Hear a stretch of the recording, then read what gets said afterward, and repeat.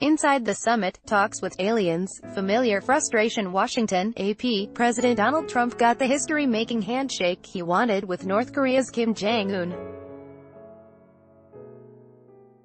Now, with this smiling snapshot a part of history, new details are emerging about the bizarre behind-the-scenes negotiations that led up to the summit, and about the president's post-summit frustrations with how it's being portrayed.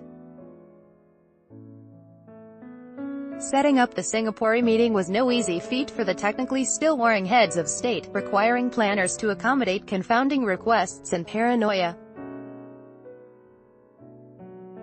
But neither has it been easy for Trump to sell the plan to a doubting class of experts, allies, and the media.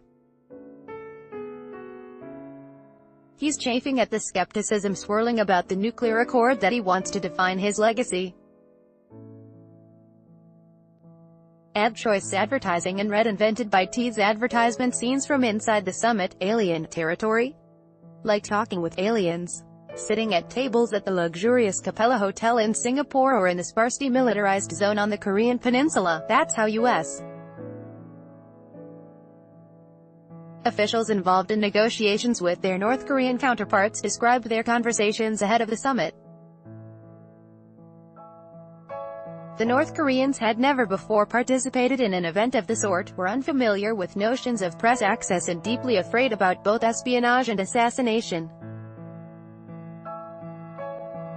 The North Korean logistics team struck the Americans as organized, detail-oriented and mission-focused, said one official involved in the planning. There were also a number of women involved in senior roles, surprising to the U.S. side. On the day before the summit, U.S. and North Korean officials met throughout the day in Singapore to hash out areas of agreement for what became the joint statement issued by the two leaders on Tuesday. The U.S. team wanted to send in an official photographer to capture the moment for history, a manifestation of the White House's desire to turn the summit into an international media event, but the North Koreans balked. "How do we know she's not a spy?" protested the North Koreans. They eventually agreed the photographer could attend, said an official familiar with the discussions with the North Koreans who wasn't authorized to discuss it and insisted on anonymity. Advertisement. Similar worries had come up earlier in the talks when the Korean delegation voiced concerns that cameras belonging to the press could be concealed weapons. The trust gap. There was hardly trust on the U.S. side either. Kim, after all, is accused by the U.S. of ordering the murder of his half-brother with a nerve agent last year. From the first logistical talks in Singapore, it was clear to U.S. officials that overcoming the security trust gap was among the most significant hurdles to getting the two leaders into the same room. For every person the White House wanted to put in the room for the meetings, the North wanted to know how they would know the person was not there to spy on the proceedings or harm Kim. U.S. officials credited the Singaporean government for helping to prevent the mistrust from sinking the summit.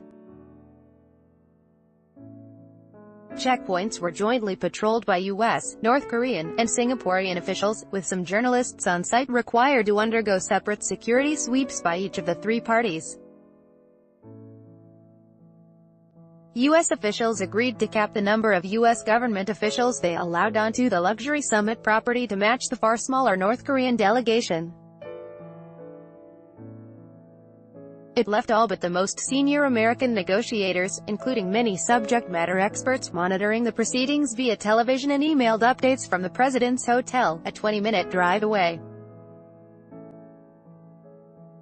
Old habits die hard at a formal signing ceremony Tuesday afternoon. A gloved North Korean official inspected Kim's chair and the black felt tip pen bearing Trump's signature in gold that was positioned for Kim's use. Advertisement. At the last minute, Kim's sister, Kim Yo-jong, who was standing to his side, provided a pen of her own for his use. The U.S. supplied pen was later retrieved, unused, by a White House staffer.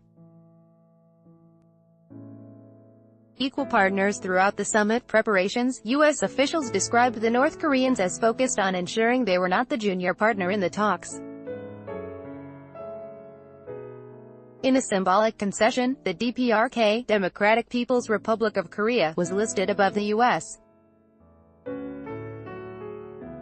in the official summit logo on credentials for the summit.